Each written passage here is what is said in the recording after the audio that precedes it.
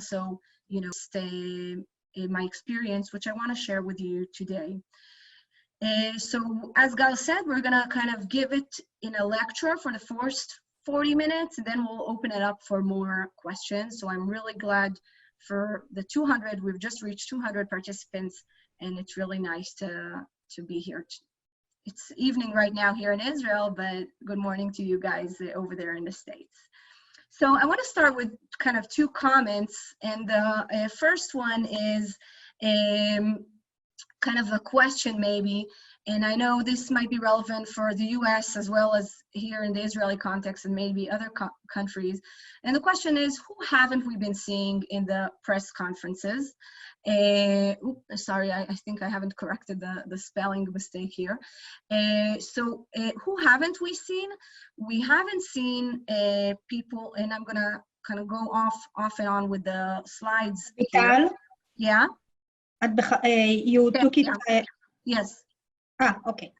We're gonna kind of keep them interested, so we're gonna put it on and off with the slides.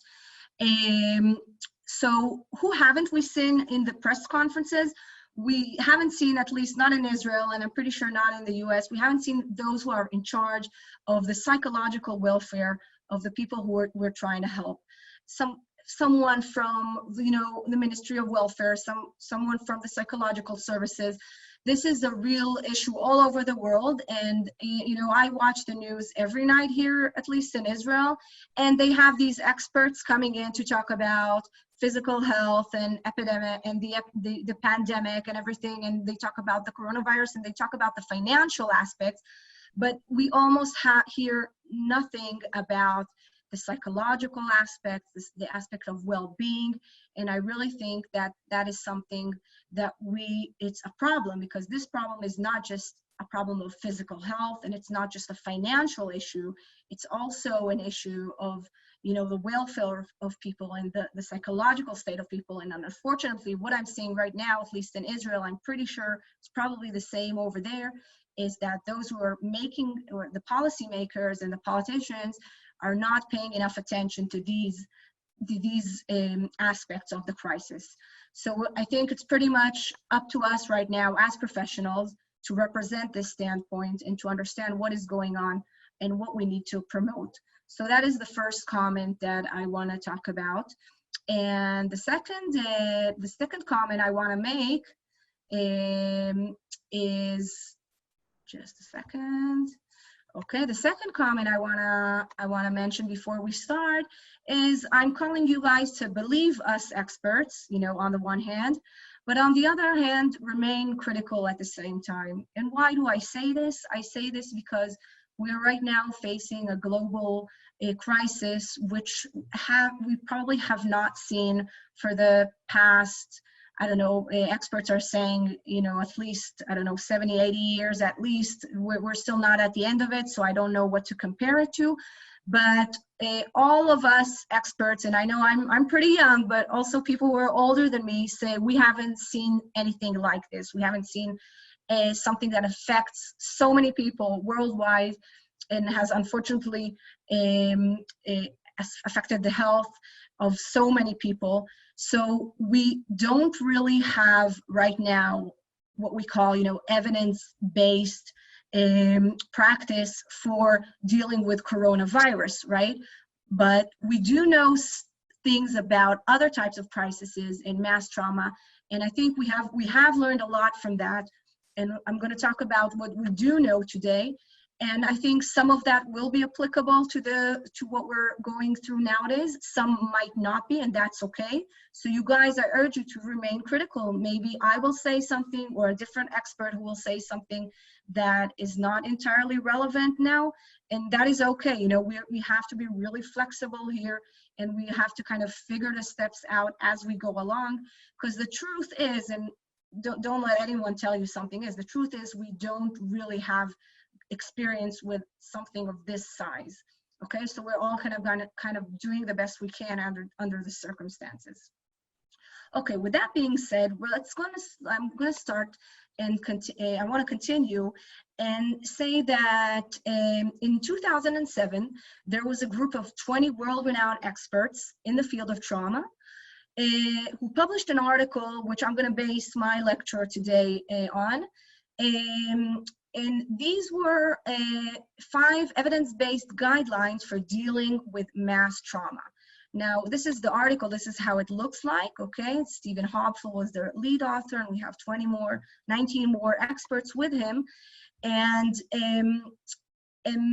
these, and also I will send Gal the presentation as well as this article, and she'll be, I'm sure, happy to send it to all of you when this is over.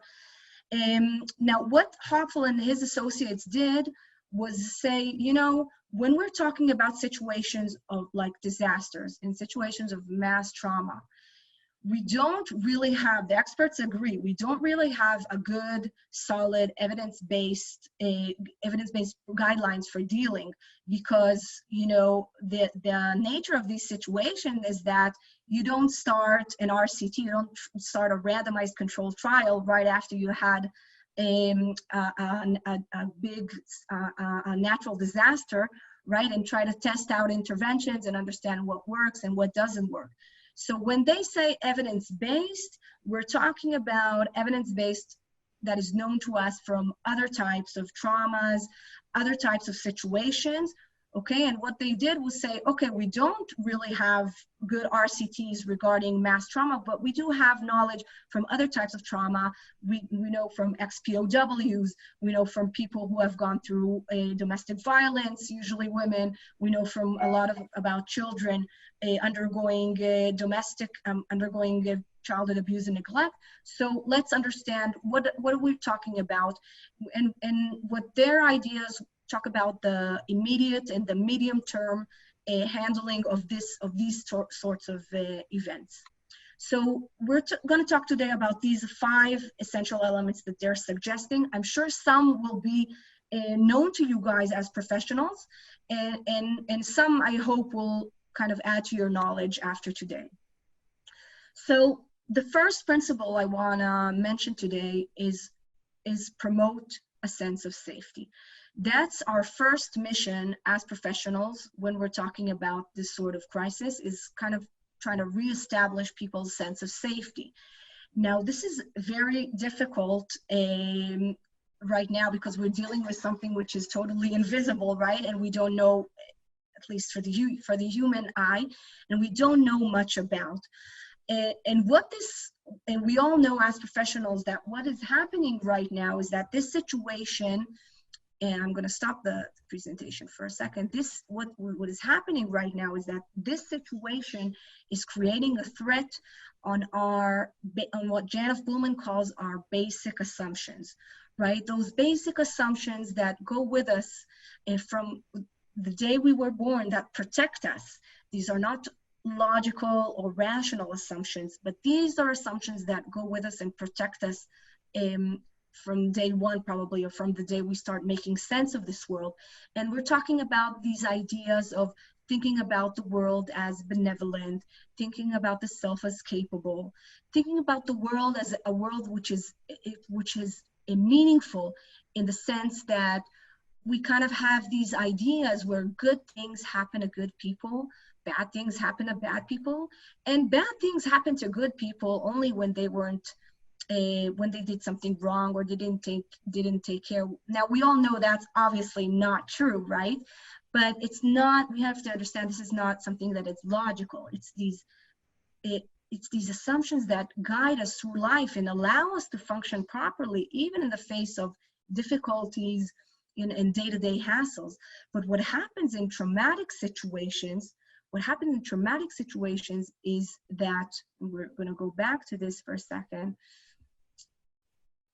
Here it is that what Janet Bullman calls the shattering of these basic assumptions, and this idea that we were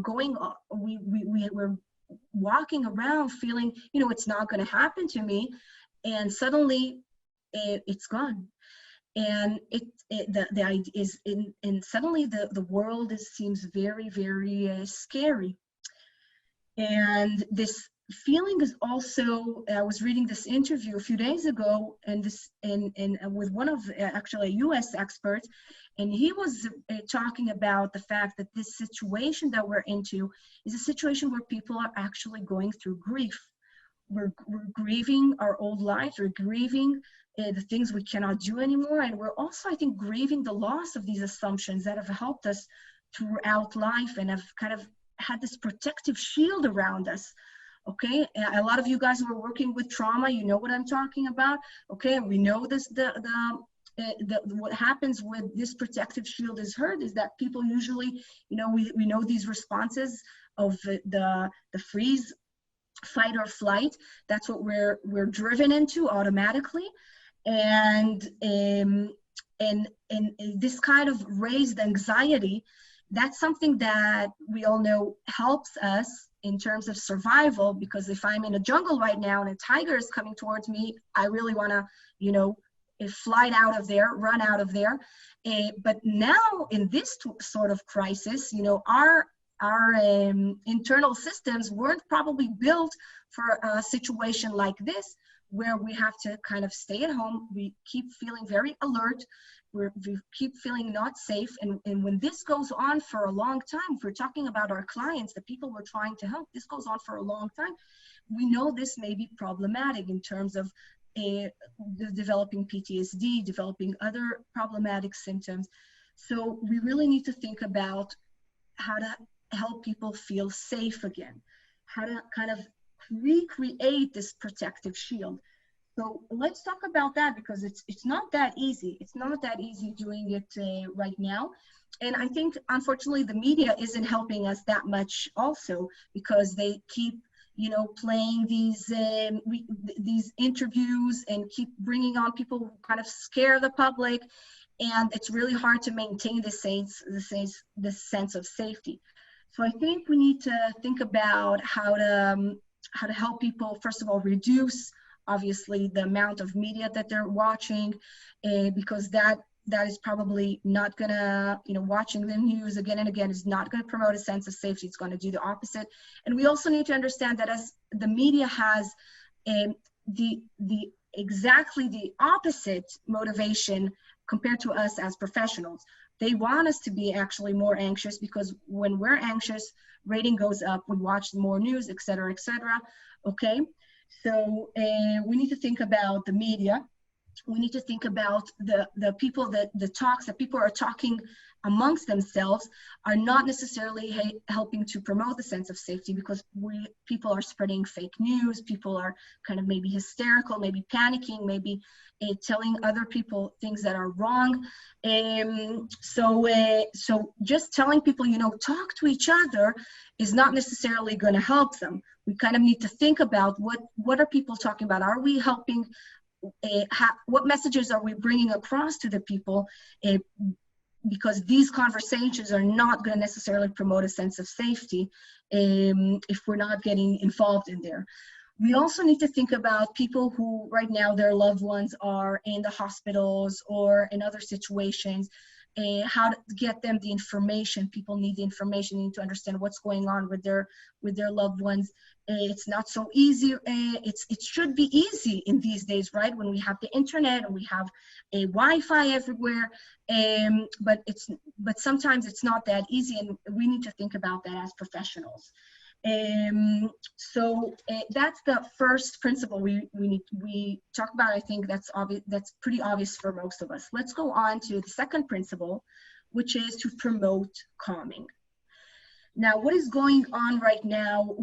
I think everyone with us at this talk as professionals understand that the anxiety levels that are going up right now for all of us probably, and our clients as well, this is we all know it's a normal reaction to an abnormal situation, right? Our bodies were built this way, our systems were built this way, but for talking about a long period of time, and I don't know about you guys, but I think you kind of are a bit, after what's going on here in Israel, I haven't left the house for 30 days now, just outside of throwing the trash. And you know, our systems were not built for 30 days or more of, you know, feeling high levels of anxiety. That also doesn't lead to good outcomes in terms of, you know, mental health in the long run.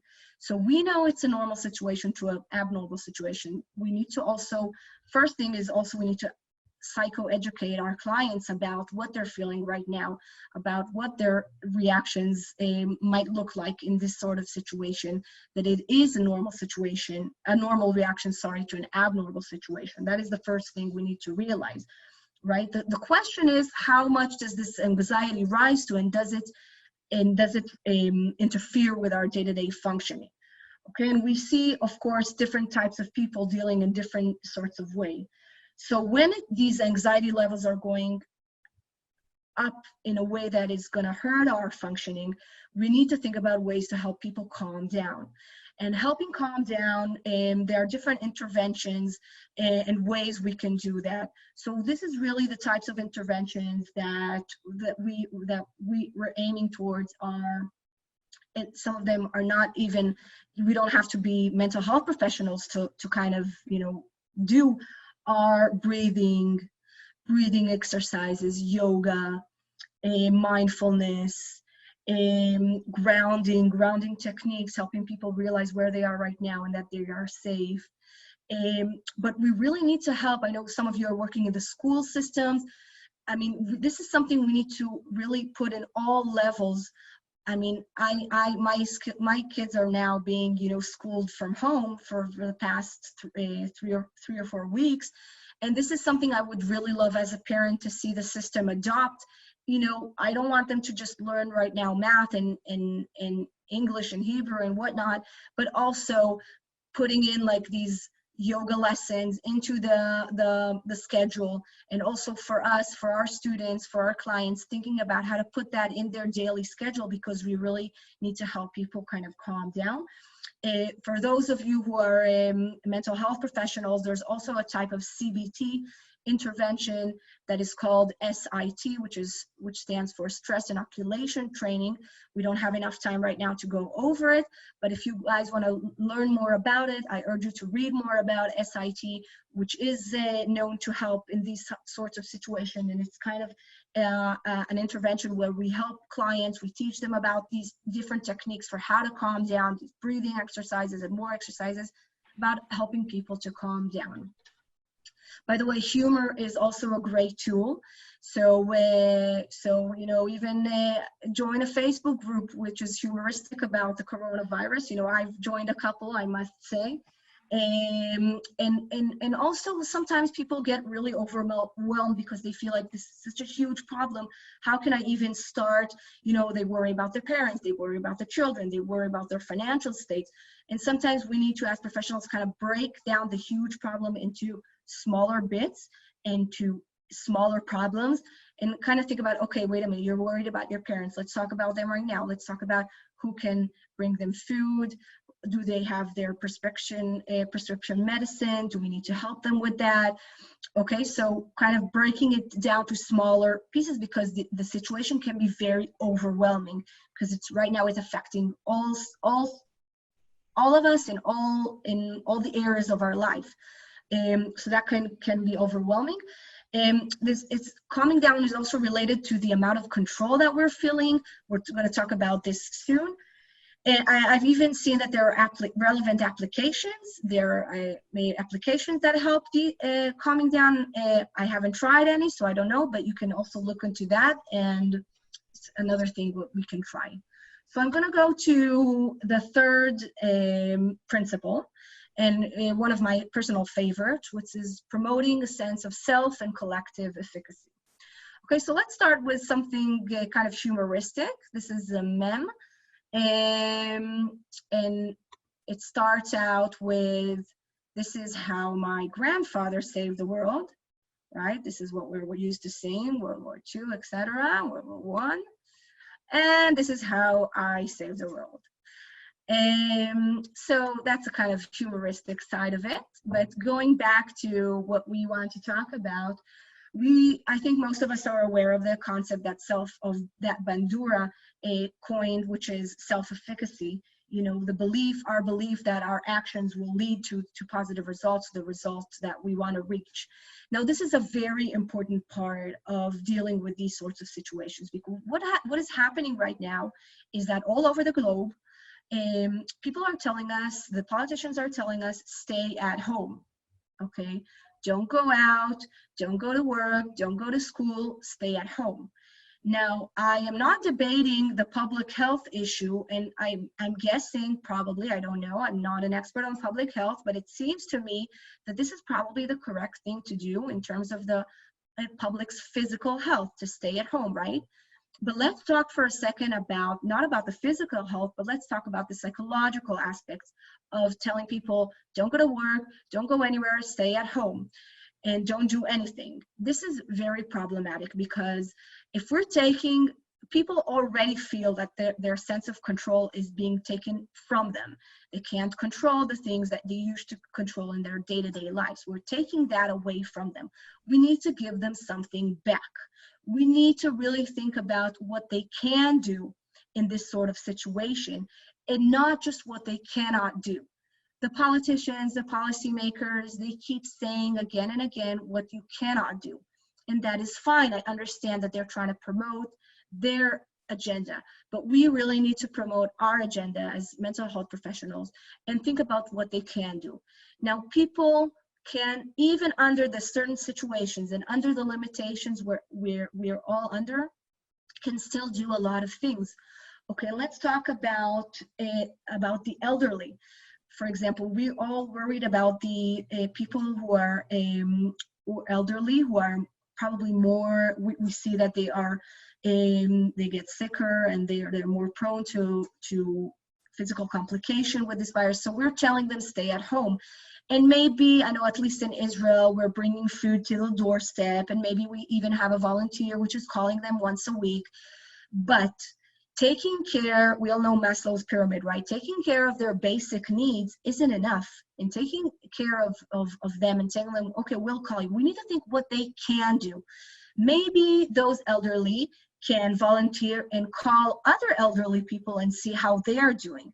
Okay, maybe the at-risk youth that we're used to helping in our day-to-day routine, and maybe instead of just us calling them, asking how you are, maybe we can help them volunteer in these days, volunteer in calling each other, maybe create a buddy system where two people have to take care of each other.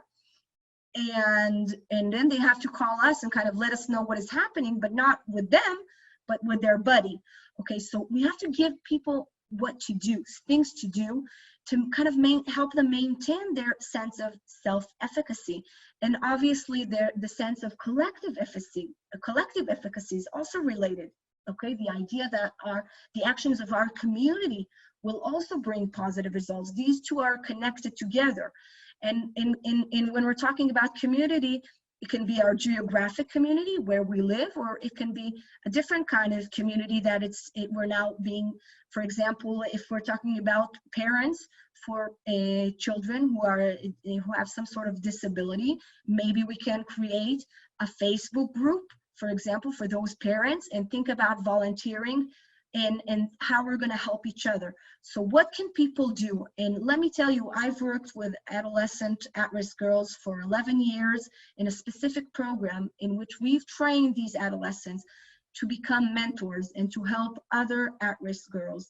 Now, these adolescent girls came from very, very difficult backgrounds, from traumatic situations, undergoing abuse and neglect, poverty, and you will not believe the incredible things that they did as mentors. And I know this principle works because I've seen it work for over a decade, not just with disasters, obviously, but for other types of trauma.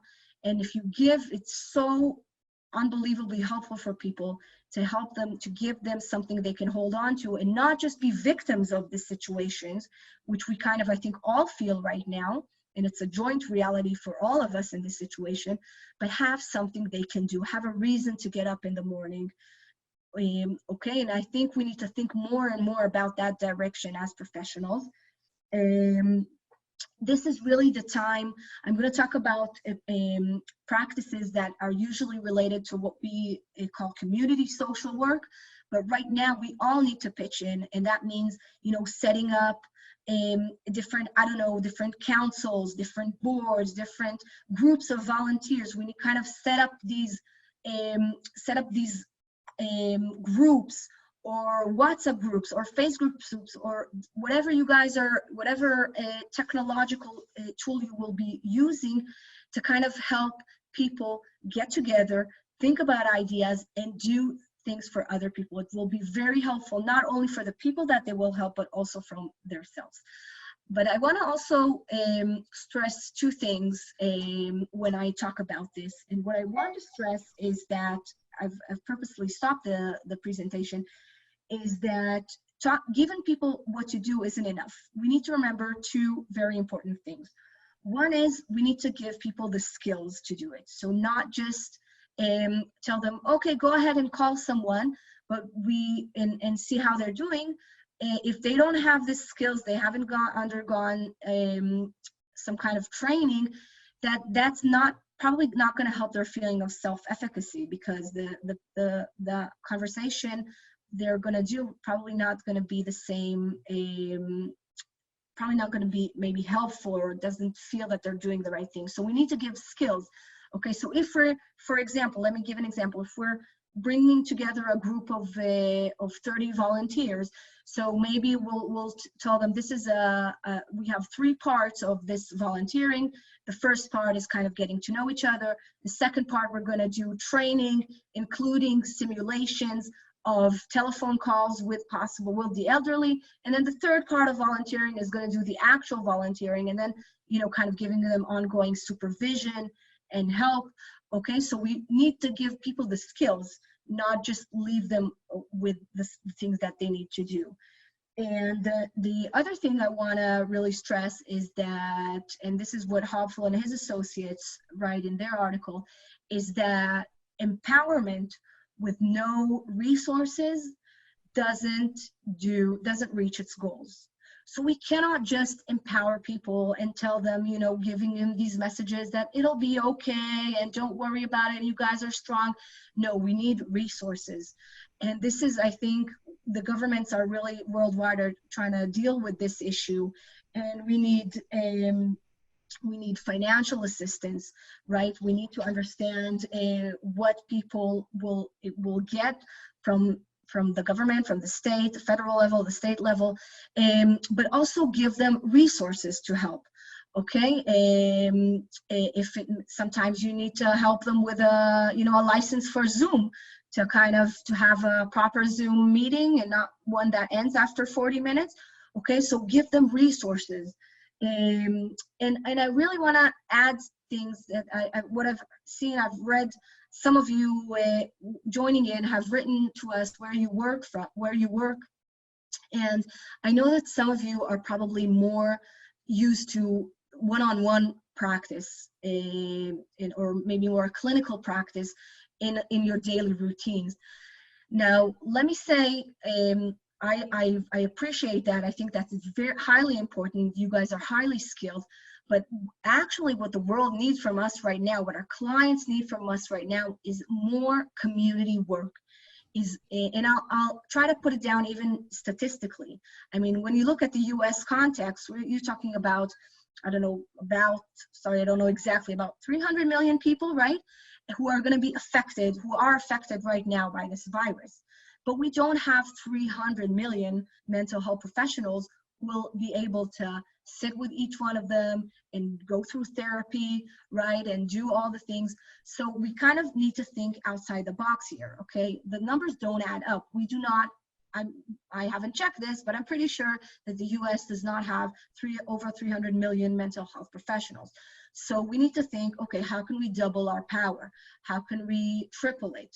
And it's not by, unfortunately, working one-on-one. I don't think that'll be enough. I think we kind of need to think, how can we affect wider groups of people? For example, if we train 20 people to act as volunteers, okay, and and to call people and see what they're doing. And then we're giving supervision to, I don't know, maybe split them up into smaller groups and giving, so those 20 people will reach 20 more people, even 40 people, okay? And we're gonna reach amounts that we are not gonna be able to reach on one-on-one in practice. So even if you're on your daily routine, you're not used to this kind of work, I think we really need to adopt these sorts of methods right now, because this is what our clients need. This is what the world needs right now. And I think we really need to step up as professionals and say, okay, this is what they need right now. We're going to do it. And I also think, you know, this is, by the way, we have a lot of NGOs who are already used to this type of work, right? Training volunteers, doing that. So we can really learn from their experiences. We can use their experiences and kind of learn from that, because a lot of NGOs and a lot of other organizations already use these methods in their day-to-day routines. So we can kind of build on that knowledge. Okay, going back to our presentation here. Okay. So let's go on to our fourth element, which is promoting connectedness. And I have chosen this cute spider here to kind of represent my point. Now, we all know social support is a huge issue, is a huge protective process when we're talking about dealing with trauma. I think that is known to all of us.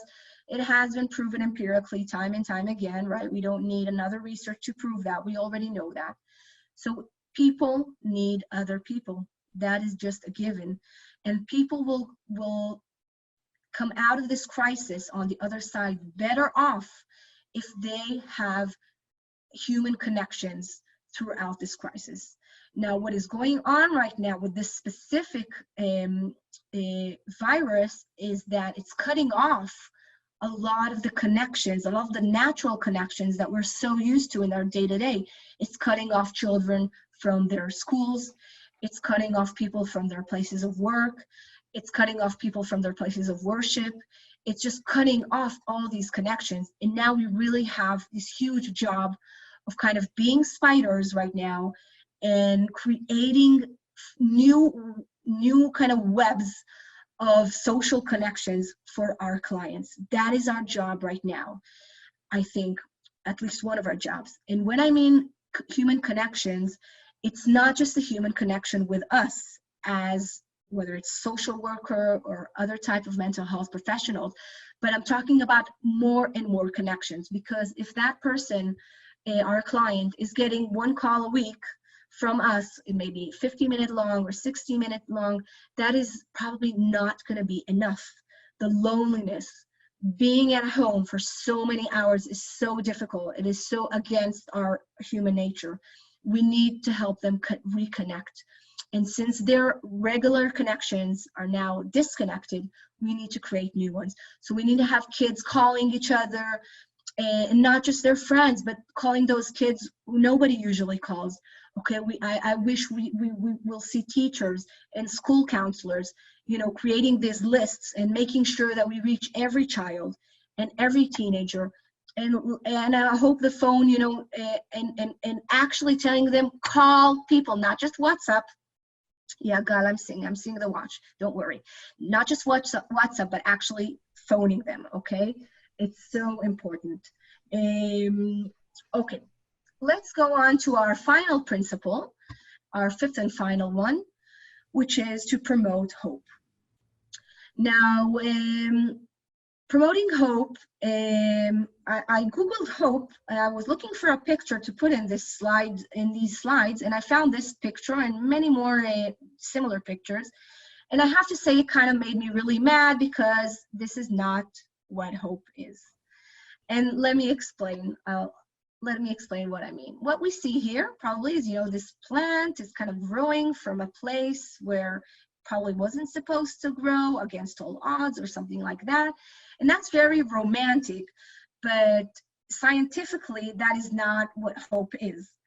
Okay, and I'll show you a better picture in a second, but if we're talking about Schneider's conceptualization of hope, Schneider was one of the leading researchers in the field of hope, and I know there's another presentation focused entirely on that. in Haruv's schedule. But Schneider defined hope as encompassing the agency to reach certain goals, and also the creation of different pathways to reach those goals. That is hope. And that means that, let me show it to you, it's a lot of work. It's not, let's look at this little, we're facing this humongous mountain, okay, and we need to figure out different ways of getting there. It's a lot of hard work to create hope. Right now, let's talk about the corona epidemic, for example. Okay, I'm going to give 2 examples, then we're going to open it up for questions. With the corona virus, or the COVID-19, why are we right now hopeful? Why are we right now hopeful about the future? We're not sitting at home saying, oh, I wish this virus would just go away and everything will be better. No, the reason why we're hopeful, those of us who are hopeful, is because we know there are teams of scientists around the world right now trying to figure out the best treatment plan, protocol, trying to prepare a vaccine. And we know this is going on all over the globe. And that is what keeping us that is what is keeping us hopeful. So we have this goal, okay, of beating the virus, and we have agents who all of us, a lot of millions of people right now worldwide want to do that, but probably billions even. And we have setting pathways of reaching that. Okay, there are all these labs doing all these experiments, and that is what hope really is.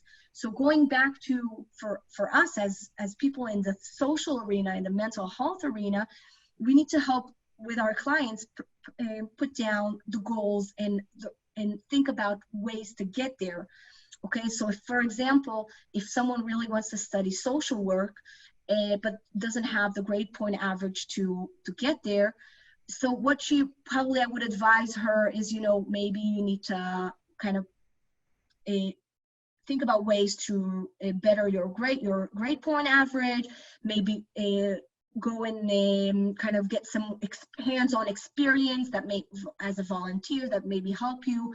Okay, we have all these things you can do in Israel to kind of better your chances, but that is what hope is about. It's a lot of hard work, setting those goals and setting a lot of different ways to get there. So with our clients and their day-to-day kind of handling the routine, I can tell you, that's going to give one last example, and then we're going to open it up for questions. For example, with physical exercise, here in Israel, we're not allowed currently outside of our homes other than just 100 meters. And I used to, for the last 6 months, I've been running, and they took that away from me. And it was hard. It was hard at first because I was, used to running twice a week outside in the park. And so at first week and a half, I would just let it go. And I was like, okay, let it go. But then I was thinking, okay, I really need to put exercise into my routine. I know it's helpful. I know it's going to help me. So I was thinking how to do that. So I developed that was my goal. And then I developed 3 different ways, of how to do it. And finally, I started exercising in front of YouTube and finding all these, I found amazing stuff on YouTube. You would not believe you can get anything there, apparently, even in terms of exercise. But I've tried a lot of things until I found something that works for me. So that is what hope is really about: agency, pathways, and goals. So that's it for you for now. And Gal, maybe we'll open it up for questions now. Thank you, Avital. Okay, so thank you very much.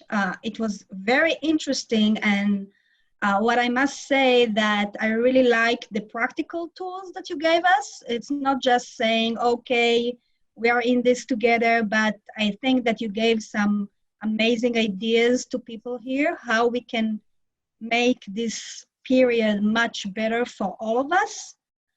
So thank you for this. And Christina, are you with us? So as we did before, and for the one who it's their first time, we have 223 people here, so we will not be able to hear you, but you can type your questions in the chat. And Christina, are you with us? Hi, Gal, I'm here. So Avital, this is Christina, our GRA. Hello, shalom. And she will moderate the questions, and feel free to write your question. Christina is very good in this. She's very rapid, and it's your stage, Christina. All right. So thank you so much, Avital. That was amazing.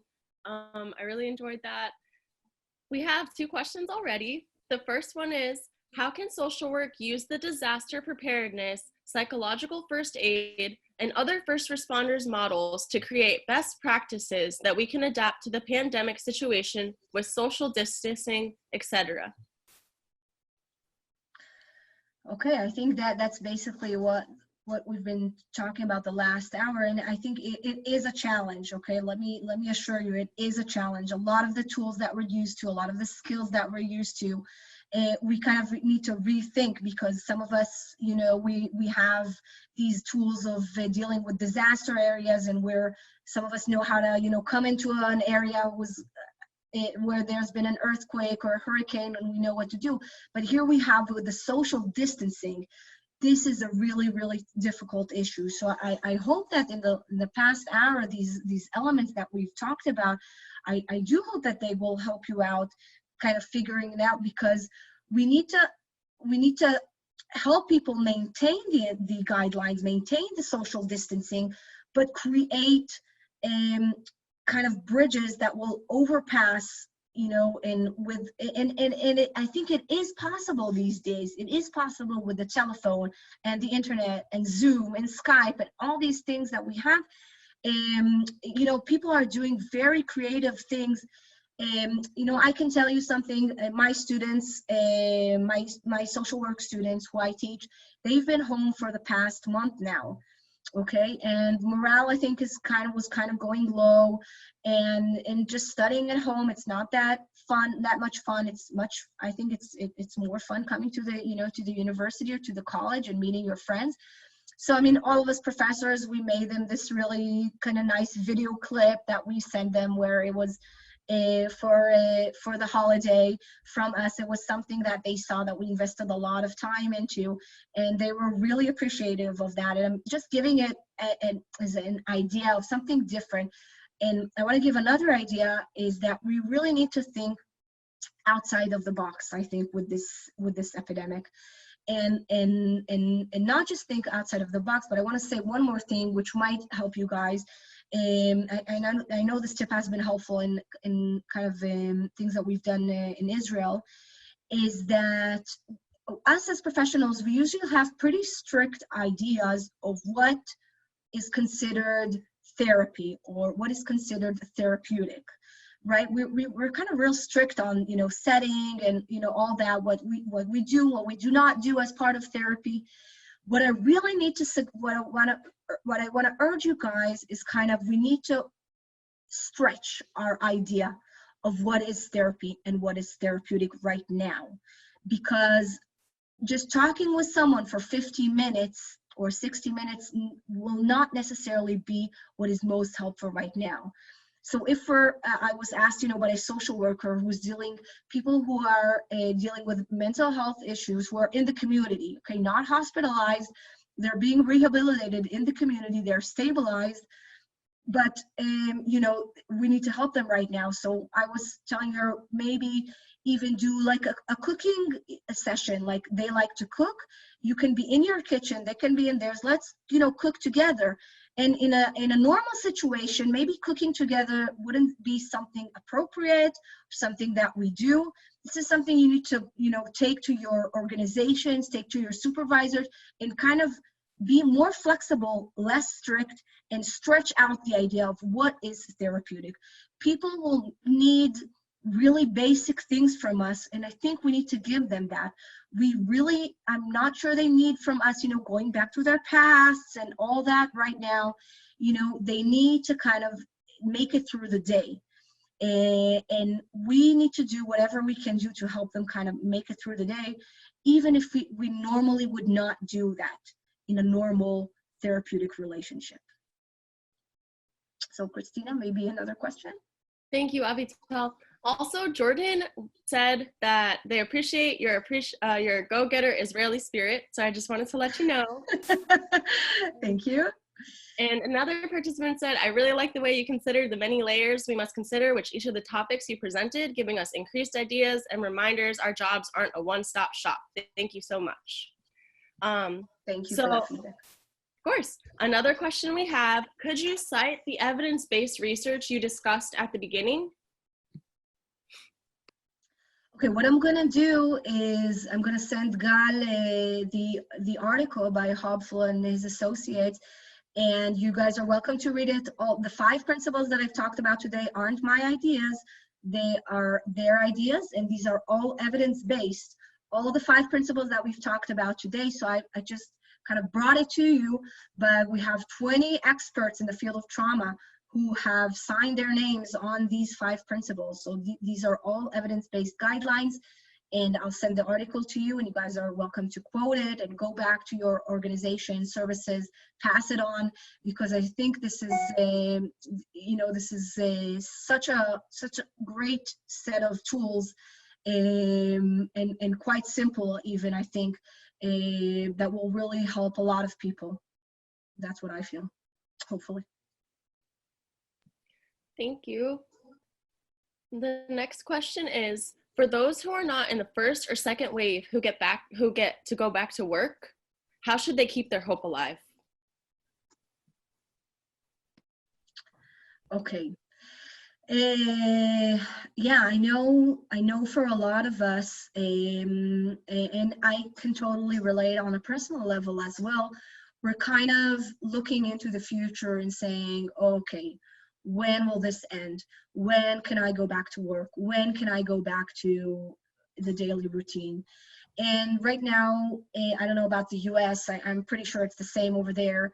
I've been following also, and also here in Israel, the policymakers do not have clear answers for us. They don't really know. And why they don't know is that they want to understand how this thing progresses, and what is going on. They really need to slow it down. And you guys all know probably the ideas behind the social distancing and everything. And they don't have answers because they don't really know. We have a few countries in Europe who have started to kind of let the public do some of the things, okay, but that's on a very small scale. The good news is for you guys in the US is that in Europe, you know, they're ahead of you guys. So we're gonna see, all of us are gonna see what's going on in Denmark and in Germany, who have already started, in Spain have already started certain steps, and that is helpful, I think, knowing that countries have already started kind of going back, not to regular life, but to a more regular routine. But going back to the question I was asked, you know, I take my students once a year to watch, to observe an NA meeting. And they have a great saying, you know, they have, you know, about letting, I don't remember it right now, but about letting go with the things that I cannot control, and you know, thinking about the things that I cannot control, and thinking about just for today. You know, they will always say, I am clean for these many days, weeks, months, years, just for today. And I kind of took that saying, you know, I do not participate in NA or AA, but I think that's a good saying for all of us right now. I mean, we need to make a plan for today. We need to make a plan for tomorrow. Don't think 2 months ahead. Don't think 2 weeks ahead. It's not helpful right now. It's not helpful. We need to think about today. We need to think about tomorrow. Okay, don't think about that much time ahead. Think about how you're going to make a better day tomorrow, how you're going to keep your routine, how you're going to help your clients, your kids. That is the best we can do right now. Just want to say one last thing before I go, and thank you for you guys in the chat for all your kind words. Thank you so much. I really hope this will be helpful for you guys. And pass it on to your organizations, to your services, to your families and communities, because we really need to step up here. I'm not sure the policymakers are that much interested or that much responsible for public's mental health. But one thing I will say is, and I think all experts agree on this, we will make it, we will survive, the human race will survive, and most of us will see the end of this from the other side. Almost all of us will, okay? It's scary and it's not easy, but we'll make it through. All the experts agree on that. Thank you very much. Bye-bye.